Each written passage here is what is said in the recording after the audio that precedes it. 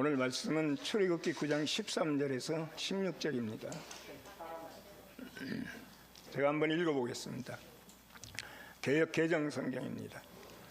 여호와께서 모세에게 이르시되 아침에 일찍이 일어나 바로 앞에 서서 그에게 이르기를 히브리 사람 하나님 여호와의 말씀에 내 백성을 보내라. 그들이 나를 섬길 것이니라. 내가 이번에는 모든 재앙을 너와 내 신하와 내 백성에게 내려 온 천하에 나와 같은 자가 없음을 내가 알게 하리라. 내가 손을 펴서 돌림병으로 너와 내 백성을 쳤더라면 내가 온 세상에서 끊어졌을 것이나 내가 너를 세웠음은 나의 능력을 내게 보이고 내 이름이 온 천하에 전파되게 하려 하였습니다. 그 전염병으로 바로를 쳤으면 바로가 세상에 남아있지 않았을 거라는 이야기죠. 사라졌을 거라는 이야기인 겁니다. 그런데 바로를 살린 것은 그 바로에게 그리고 애굽의 백성들에게 하나님의 능력을 보이고 그리고 내 이름이 하나님의 이름이 온 천하에 전파되게 하려 하였습니다. 전파라고 했는데 쉽게 이야기하면 그 내 이름이 온 천하에 알리게 하려 합니다. 이게 이제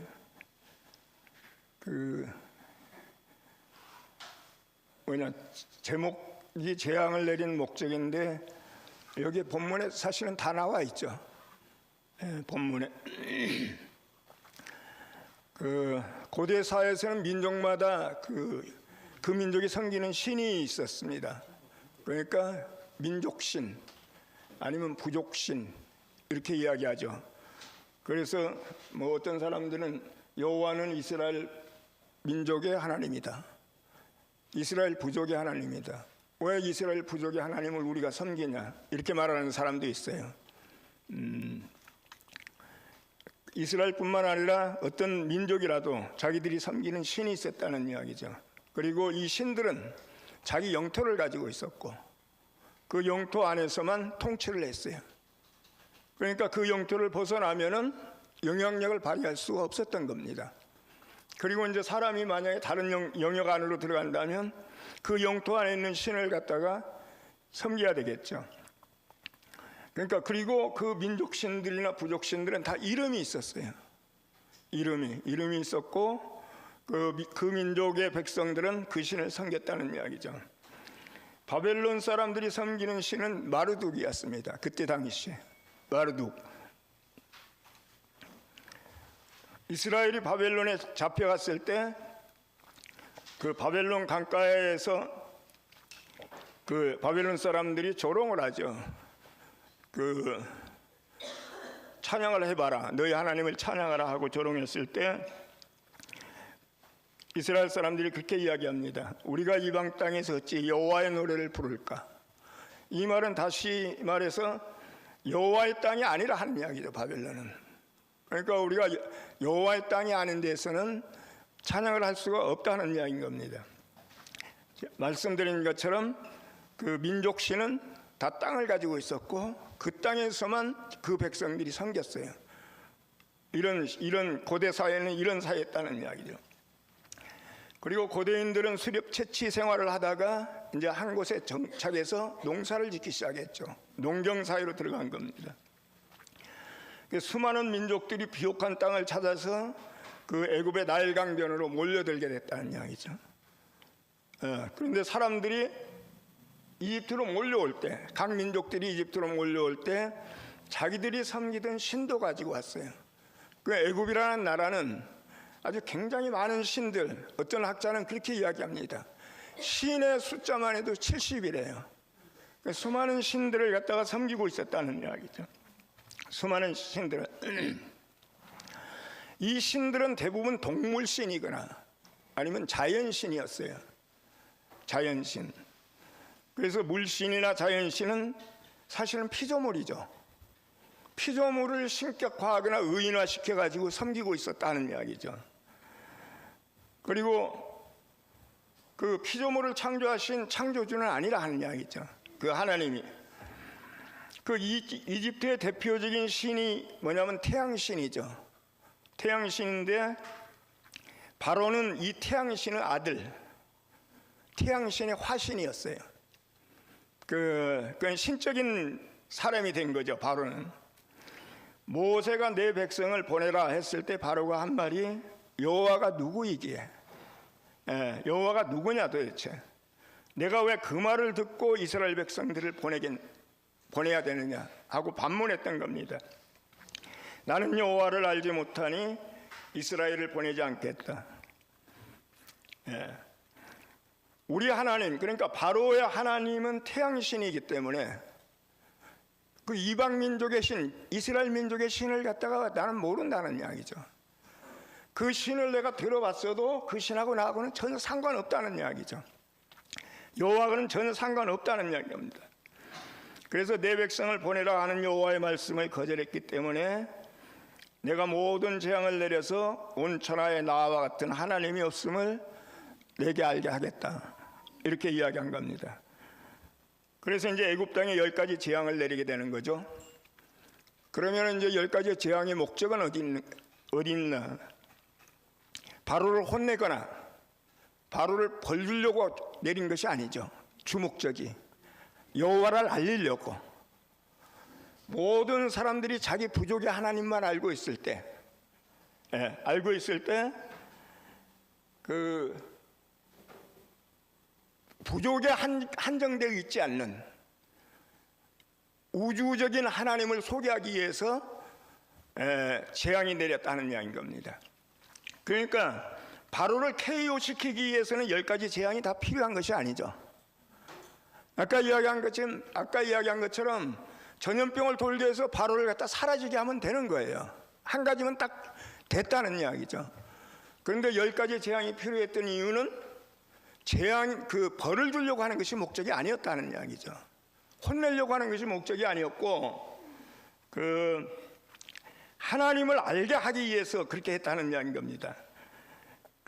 여호와가 누구냐, 여호와가 누구이게, 이렇게 조롱하는 바로에게, 그리고 애굽 사람들에게 여호와를 알리고 그 능력을 보이고, 그래서 여호와 이에는 하나님이 없다는 것을 알게 하려고 재앙을 내린 겁니다. 애굽의 신들은 자연의 힘을 가졌어요. 그러니까 자연신이니까 자연의 힘을 가졌다는 이야기죠. 그러나 자연을 창조하신 하나님 앞에서는 아무 능력이 없어요. 이것이 이제 재앙에서 우리가 볼 수 있는 겁니다. 그리고 10가지 재앙 중에 일부는 그 애굽 사람들이 숭배하는 신을 갖다가 심판하는 거예요. 능력 없다는 것을 보여주기, 너희들이 섬기는 신이 얼마나 능력이 없는지 이걸 보여주는 걸 하는 이야기죠. 그래서 일부가 그렇다는 이야기죠. 10가지 재앙 중에서 일부가 그런데, 첫째 재앙이 뭐냐면 나일강물을 피로 변하게 한 겁니다. 나일강물을 피로 변하게 한 것인데, 이것은 나일강의 신 하피를 갖다가 심판한 거예요. 하피. 그 하피가 나일강이란 말입니다. 이집트 말로. 근데 이걸 그 나일강을 의인화 시켜가지고 신격화 시켜버렸어요. 그래서 하피를 신으로 섬기고 있었다. 쉽게 그냥 이야기하면은 하피가 나일강이라는 뜻이니까, 나일강이라는 말이니까 나일강을 신으로 섬기고 있었다는 이야기죠. 그 이 나일강을 갖다 피로 만들어 버렸다는 이야기죠. 강물을. 이게 심판인 겁니다. 두 번째 재앙은 개구리 떼가 이집트 땅을 뒤덮은 겁니다. 그 개구리가 알을 낳는 걸 보면은 엄청나게 많이 낳죠. 그 개구리는 다산을 상징합니다. 다산을. 그래서 이집트의 다산의 신이 뭐냐면은 헤게트라는 여신이래요. 헤게트. 근데 이 헤게트 여신의 머리가 개구리 모양이랍니다. 그러니까 다산의 신을 갖다 심판을 해버린 거예요. 그리고 이제 우리가 잘 알다시피 9번째 재앙은 땅을 어둡게 한 거죠. 온 땅에 어두움이 덮인 겁니다. 태양이 빛을 잃고 온 천지가 흑암이 된 거죠. 먼저 제가 한번 말씀드린 것 같은데, 나일강은 세계에서 유일하게 남쪽에서 북쪽으로 흐르는 강이에요. 그리고 세계에서 가장 긴 강입니다. 이제 미시시피 강이 더 기냐 아니면 나일강이 더 기냐 하는 것은 근원지를 시원지를 어디에 잡느냐에 따라 가지고 강 길이가 틀려져요. 그런데 보통 다 대부분이 나일강이 세계에서 가장 긴 강이라고 이야기를 하고, 그 다음에 나일강은 유일하게 남쪽에서 북쪽으로 흐르는 강이에요. 그래서 이집트 군대가 메소포타미아를 정복하러 갔을 때 메소포타미아 지방에 가서 가장 놀랐던 것은 유브라데 강을 보고 놀랐답니다. 왜 그러냐면 자기들은 남쪽에서 북쪽으로 흐르는 강만 보고 있다가 메소포타미아 가니까 북에서 남으로 흐르는 강이 있잖아요. 그래서 굉장히 놀랐다는 이야기가 있습니다. 근데 이 나일강이 해마다 범람을 하는데 그 남에서 북쪽으로 흐르는 강이니까 그 남쪽에 뭐냐면 아프리카가 있어요. 아프리카, 수단, 에티오피아 이렇게 아프리카 있는데 에티오피아 고원지대에 계절 폭우가 내린답니다. 그러니까 어느 계절에 엄청나게 비가 많이 오는 거예요. 이 계절 폭우가 흘러서 남쪽으로 이렇게 남쪽으로 계속 흘러가다 보면은 어디가 오냐면 나일강으로 이제 연결돼 가지고 나일강을 흐르는 겁니다. 그럼 그 시기가 되면 나일강이 범람을 해요. 그런데 범람하는 것이 눈으로 보이지 않는답니다. 나일강은 그 밑에 바닥이 거의 경사가 없대요. 그래서 흐르는지 안 흐르는지 모르는 정도로, 지금은 이제 아스완댐을 갖다 막아놨기 때문에 물량도 적고 그렇기 때문에 흐르는 것이 아마 보일 겁니다. 그런데 댐이 없을 때는 흐르는지 안 흐르는지 모를 정도래요. 그런데 범람을 하는데도 범람하는 줄을 모른대요. 그런데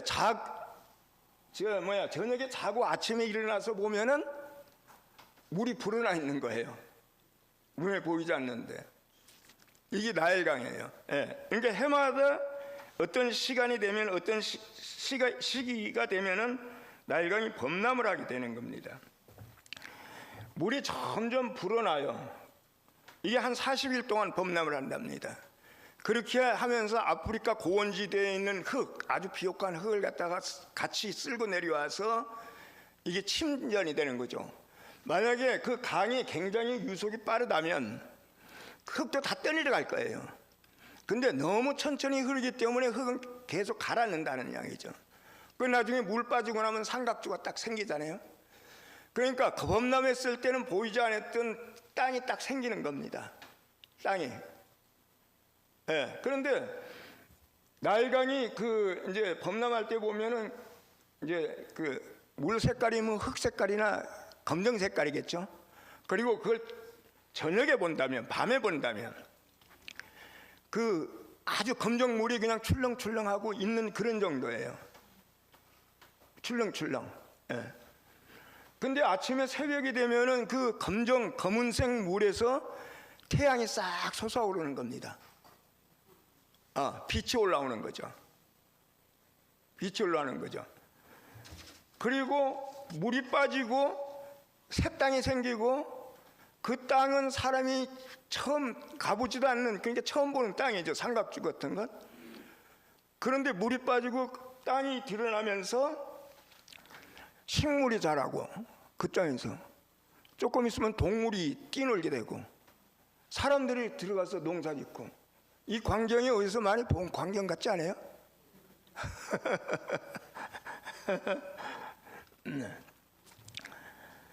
그러니까 만약 흑암이 깊음 위에 있을 때 그 검은 물 속에서 태양이 떠오르는 것을 갖다 한번 상상해 보십시오. 온 천지가 다 물바다예요. 그런데 거기에서 태양이 딱 떠오르는 광경을 한번 상상해 보라는 이야기죠. 흑암이 깊음 위에 있을 때 태양이 떠오르면서 온 세상이 빛으로 충만한 것을 한번 상상해 보라는 이야기인 겁니다. 상상해 보면. 그러니까 40일 동안 이 광경을 갖다 매일 아침마다 이렇게 목격한 이집트 사람들, 그리고 해마다 이것을 목격한 사람들은 그 태양이 신이에요. 흑암에서 빛을 가져오는 신. 그리고 그 태양으로 말미암아서 농사를 짓고, 그래서 태양신이 이집트에서는 가장 우등가는 신이라 하는 이야기죠. 아까 말씀드린 것처럼 애굽의 바로는 그 태양신 화신이에요. 태양신의 아들이라고 이야기합니다. 그런데 9번째 재앙에서 그 태양이 빛을 잃었다는 거예요. 그래서 온 세상이 캄캄해졌다는 겁니다. 어둠이 임했다는 얘기인 겁니다. 이것은 태양신 나에 대한 심판이죠. 그 태양신 이름을 갖다가 뭐라고 하냐면 나라고 하기도 하고 내라고도 하기도 하고 그래요. 이 태양신에 대한 심판인 거죠. 재앙을 내린 목적은 여호와는 이스라엘 민족의 신이 아니고 부족신이 아니고 온 우주의 유일하신 하나님이시고, 이 하나님은 어디에나 계신다는 것을 보여주기 위한 겁니다. 보여주기. 애굽의 바로에게 하는 이야기는 너희가 섬기는 신은 다 자연신이라 하는 이야기죠. 물신이거나 자연신이에요. 이건 다 피조물인 겁니다. 피조물이에요. 그러나 이스라엘의 하나님은 창조주라 하는 이야기죠. 그러니까 이건 비교할 바가 아닌 거죠. 그래서 재앙을 내린 목적은 유일하신 하나님이 어디에나 계신다는 것을 보여주기 위한 목적이라는 이야기죠. 그래서 그 재앙 가운데 7장 5절에 보면 제가 간단하게 읽어보겠습니다. 7장 5절. 내가 내 손을 애굽 위에 펴서 이스라엘 자손을 그 땅에서 인도하여 낼 때에야 애굽 사람이 나를 여호와인 줄 알리라. 그리고 7장 17절. 내가 이로 인하여 나를 여호와인 줄 알리라. 출애굽기 14장 4절. 애굽 사람에게 나를 여호와인 줄 알게 하리라. 그리고 14장 18절. 영광을 얻을 때에만 애굽 사람들이 나를 여호와인 줄 알리라. 애굽 사람들에게 여호와를 알리는 거예요. 재앙의 목적은 애굽 사람들을 벌주는 것이 아니에요. 바로를 심판하고 벌주는 것이 주목적이 아니라 하는 이야기죠. 알리는 거예요. 모든 민족 신들이 자기 영토를 가지고 그 땅에서 하나님 노릇을 할 때 여호와는 영토를 초월해서 어디에나 계시고 그분은 온 인류의 주권자라는 것을 알리려고 하신 거라는 이야기죠. 근데 이제 사실 그 애굽만 재앙이 있는 것이 아니고 하나님을 알게 하려고 재앙을 애굽에만 내린 것이 아니고 우리 개인의 인생도 사실 마찬가지죠. 우리한테 재앙이 오는 것은 우리를 벌주고 심판하기 위한 것이 아니고 하나님을 알리려고 하는 거예요. 하나님을 알으라 하는 이야기죠. 그게 주목적이에요. 이 이상을 처음 본 사람이, 그러니까 하나님은 우주의 하나님, 온 인류의 하나님이시고 어디에나 계시고 그리고 모든 인류를 통치하신다. 이 이상을 처음 본 사람이 야곱이죠. 창세기에 나오는 야곱. 우리가 잘 알다시피 야곱이 꿈을 꿉니다. 광야에서. 꿈을 꿨다는 것은 이상을 본 거죠. 이상을, 현실이 아니고 이상을 본 겁니다. 야곱이 자기 형 에서의 축복과 장자권을 갖다가 가로채고, 그리고 에서가 자기를 죽이려고 하니까 받다 말하면 자기 삼촌, 애삼촌이 있는 곳으로 도망가죠. 도망갑니다. 고향을 떠나서 낯선 땅으로 가는 거죠. 익숙한 곳을 떠나서 미지의 세계로 들어가는 겁니다. 그런데 가는 도중에 광야에서 노숙을 하게 됩니다. 집에서 떠나서 출발은 했지만 아직 독작지에 도착하지는 못했어요. 중간 지점이겠죠, 광야가. 출발을 했는데 아직 도착하지 못했다. 이 중간 지점을 갖다가, 이 중간 지점이 광야입니다. 광야고 이 중간 지점을 경계 공간이라고 해요. 경계선에 있는 어떤 공간, 어떤 영역, 이걸 이 지점을 경계 공간이라고 합니다. 모든 것이 익숙하고 친숙한 고향은 떠났는데 앞으로 자기가 살아야 될 그 라반의 집은 뭐가 기다리고 있는지 몰라요. 어떤 위험이 기다리고 있는지 모른다는 이야기죠. 형 에서의 위험에서는 벗어났지만 앞에 라반이, 그러니까 뭐를 피해서 도망갔는데 앞에 뭐가 나타났다, 이런 식이나 똑같죠. 라반이 위험이 기다리고 있는데 그게 뭐가 있는지 모르는 거죠. 그러니까 이 경계 지점, 중간 지점, 출발을 했는데 아직 도착하지 못한 그 중간 지점에 있을 때 그게 광야고, 그때 사람이 가장 불안한 겁니다. 모든 것이 확실하지 않으니까, 미래 세계가 보이지 않는, 미래가 보이질 않는 거예요. 예, 미래가. 그리고 어떤 위험이 있는지 모른다는 이야기죠. 예, 불안하고 두렵고 절망감이 들고, 이런 중첩된 공간. 그냥 한마디로 이야기하면 앞날이 캄캄하죠. 앞날이 캄캄한 겁니다. 자기 고향, 자기 집을 떠나올 때 모든 것을 다 잃었어요. 자기가 그렇게 깨를 써가지고 뺏은 축복도, 장자권도, 어머니의 사랑도, 정든 고향도, 자기의 정체성까지 다 잃어버렸어요. 그리고 앞에 다가올 세계는 어떤 세계인지 전혀 모르는 겁니다. 그 아주 낯선 세계예요. 그 중간 지점, 그 경계 공간, 여기에서 사람은 가장 불안하고 두렵고 절망감에 사로잡히게 되는 겁니다. 이건 야고보 이야기뿐만 아니고 우리가 그런 경험들이 있는 사람들이 있을 거예요. 예. 우리가 앞날은 보이지 않고 현재는 캄캄하고, 예, 이런 경우라 하는 이야기죠. 야, 그런데 이런 데서 노숙을 해가지고 잠을 자는데 그 캄캄한 속에서 꿈을 꾼 겁니다. 아까 말씀드린 것처럼 꿈을 꿨다고 하는 것은 이상을 봤다는 이야기죠. 그러니까 아주 현실이 절망적이고 캄캄한데 거기서 다른 이상을 본 겁니다. 하나님의 이상을 본 거예요. 그러니까 야고보 경우 같은 경우는 하나님의 집에 대한 이상을 본 거죠. 하나님의 집에 대한 이상을 봤다는 이야기죠. 땅과 하늘을 잇는 큰 사다리가 이렇게 땅과 하늘을 연결시키는 사다리가 섰는데, 그 사다리 꼭대기에는 하나님이 계셨고, 그리고 그 사다리 위로 천사들이 오르락내리락 하고 있었더라는 이야기죠. 이런 꿈을 꾼 겁니다. 이런 꿈을. 예. 그러니까 현실과 꿈, 현실과 이상, 이것도 사실은 중간 경계 공간이죠. 예.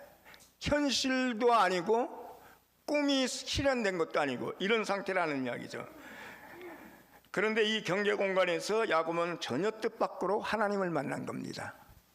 예, 이렇게 앞날이 캄캄한데, 전혀 앞날을 예측할 수도 없고 미래가 불확실한데, 그리고 현실은 아주 절망적이고 눈앞이 캄캄한데, 이런 상황에서 하나님을 만난 거예요. 야고보는 모든 것을 잃고 그리고 불안하고 두려웠는데, 그 모든 것을 잃은 그 자리에 하나님의 집에 대한 이상을 본 겁니다. 그리고 하나님을 만났다는 이야기죠. 그래서 야고보는 고백하기를 여호와께서 여기 계시거늘 내가 알지 못하였도다, 이렇게 고백하죠. 여호와께서 여기 계시거늘. 아까 말씀드린 것처럼 민족신이라고 사람들은 다 생각했으니까, 여호와는 자기 고향 땅, 자기 부모들이 살고 있는 그 땅을 통치하는 하나님인 줄 알고 있었는데, 예, 전혀 여호와가 여기 계실 걸 몰랐다는 이야기죠. 그런데 광야 자기가 캄캄하게 하고 절망적인 상황에 빠졌고 미래는 불확실한 상황인데, 그때 하나님의 이상을 받고 하나님을 만났다는 이야기죠. 그래서 여호와가 여기 계셨구나. 그때 야곱은 그 어떤 영토에 한정된 하나님이 아니구나. 모든 민족이 섬기는 신은 영토에 한정돼 있고 그 한계를 벗어날 수 없는데, 그런데 우리가 섬기는 여호와는 어디에나 계시는구나. 예, 영토를 벗어나서, 그 한계를 벗어나서 내가 이렇게 절망적인데도 나하고 함께 계셨구나. 내가 이렇게 캄캄한데도 나하고 함께 계셨구나. 이걸 고백한 겁니다. 그래서 야곱은 여호와께서 여기 계시거늘 내가 알지 못하였도다. 아무것도 없는 광야, 그 허허 벌판, 그리고 굉장히 현실이 암울할 때, 그때 야곱은 하나님을 만난 겁니다. 그리고 하나님의 집에 대한 이상을 봤다는 이야기죠. 이 집에 대한. 그러니까 이제 솔로몬 왕이 성전을 건축하면서 기도할 때 보면 이렇게 기도합니다. 하나님은 캄캄한 가운데 거하신다. 근데 하나님이 실제로 성경 어디에도 나는 캄캄한 데 거하겠다고 말씀하신 적이 없거든요. 근데 솔로몬 왕은 성전을 건축하고 나서 그 준공식할 때, 기도할 때 하나님은 캄캄한 가운데 거하시는 하나님, 이렇게 호칭을 합니다. 캄캄한 가운데. 이 사실은 뭐 어떤 공간을 이야기하는 것이 아니죠. 예. 우리 인생이 아주 캄캄할 때, 외롭고 두렵고 불안하고, 그 미래는 알 수 없고, 이런 때 우리는 이상을 보게 되고, 하나님을 만나게 되고, 하나님의 집에 대한 이상을 보게 되는 겁니다. 이런 때 발생한다는 이야기죠. 야곱은 자기가 그렇게 캄캄할 때 하나님이 자기하고 같이 함께 하시는 줄 몰랐는데 그 캄캄한 곳에 자기와 함께하는 하나님, 이 하나님을 만난 겁니다.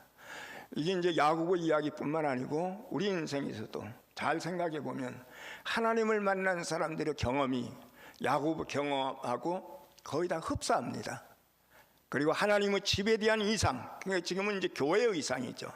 교회의 이상을 보는 것도 우리가 잘 나갈 때, 내가 평안할 때 이렇게 보이는 것이 아니고, 내가 아주 암울하고 두렵고 불안하고 미래는 예측 불안하고 현실은 굉장히 앞날이 캄캄한데, 그때 우리가 하나님을 만나게 되고 이상을 보게 된다는 이야기죠. 야곱은 아주 정처 없이 길을 떠났어요. 정처 없이 그냥 자기 삼촌이 살고 있는 바단 아람으로 간다는 것 뿐이지, 그 앞날에 무슨 일이 있는지 모른다는 이야기죠. 그런데 정처 없이 떠났는데 그 캄캄한 곳에서, 그 길에서 하나님의 임재 안으로 들어가는 길이 됐다는 이야기죠. 자기가 가는 길이 하나님의 임재 안으로 들어가는 길이 됐다는 이야기인 겁니다. 길을 가다가 절벽에서 떨어졌어요. 길을 가다가 정처 없이 길을 가다가 절벽에서 떨어졌는데, 떨어지고 보니까 하나님의 팔 안이더라 하는 이야기죠. 하나님의 품 안이더라 하는 이야기죠. 이것이 야곱 이야기인 겁니다. 이 이야기를 말씀드리는 것은 아까 말씀드린 것처럼 하나님이 여기 계시거늘 내가 알지 못하였도다. 그러니까 모든 사람들이 자기 민족의 영토 안에, 민족이라는 울타리 안에 계신 하나님을 섬기고 있을 때 여호와만은 그 영토를 갖다가 벗어나서 그 한계가 없이 어디에서나 우리와 함께 하신 하나님, 이 하나님을 경험했다는 이야기죠. 이게 유일신 사상인 겁니다. 이게 아까 말씀드린 것처럼 모든 종교나 모든 신화에서 이야기하는 신, 하나님은 물신이거나 자연신이에요. 자연의 힘으로서 어떤 신적인 능력을 나타내고 있는 겁니다. 먼저 시간에 제가 아주 마지막에 간단하게 이야기했는데, 이스라엘 민족은 처음에 다신론에서 시작해서 그 다음에 신은 많이 있는데 그 중에 하나님만이 유일한 신이다, 단일신론이라고 해요. 나중에 이사야 시대에 가면은 신이 많은 것이 아니고 오직 하나님 한 분만이 한 신이다, 그게 유일신인 겁니다. 근데 이것이 이스라엘 역사만 있는 것이 아니고 우리가 지금까지 신앙생활을 한 것을 갖다가 여러분들이 잘 생각해 보면, 내가 하나님을 믿는다고, 예수를 믿는다고 교회에 들어왔어도 다신론자였어요. 여러 신을 섬기고 있었다는 이야기죠. 여러 신을. 그런데 이제 점점 신앙생활을 하면서, 교회 생활하면서 바뀌는 겁니다. 다신론자에서 하나님은 여러 신이 있지만 나는 오직 한 분 하나님만 섬긴다. 그런데 점점 더 이제 시간이 지나면 거기서 떠나서 다른 신은 없다, 여호와의 다른 신은 없다, 오직 하나님 한 분만이 유일하신 하나님이다. 이런 것으로 이렇게 바뀌게 되는 거죠. 이것이 우리의 경험인 겁니다. 오늘 제목처럼 재앙을 내린 목적은 우리를 벌주기 위해서 그런 것도 아니고, 우리를 심판하기 위해서 그런 것도 아니고, 하나님을 알게 하기 위해서, 다신론에서. 그러니까 여러 신 중에서 하나님이 으뜸가는 신이다 하는 신앙을 가진 것도 틀린 것은 아니에요. 그러나 과정이라는 이야기죠. 그 과정을 벗어나면 하나님은 오직 한 분이다, 다른 신은 없다, 유일신론자가 된다는 이야기죠. 이렇게 되면은 유혹받을 것이 아무것도 없어지는 겁니다. 유혹받지 않는다는 이야기죠. 예. 이런 세계로 불러주신 주님을 찬양합니다. 예, 기도하겠습니다.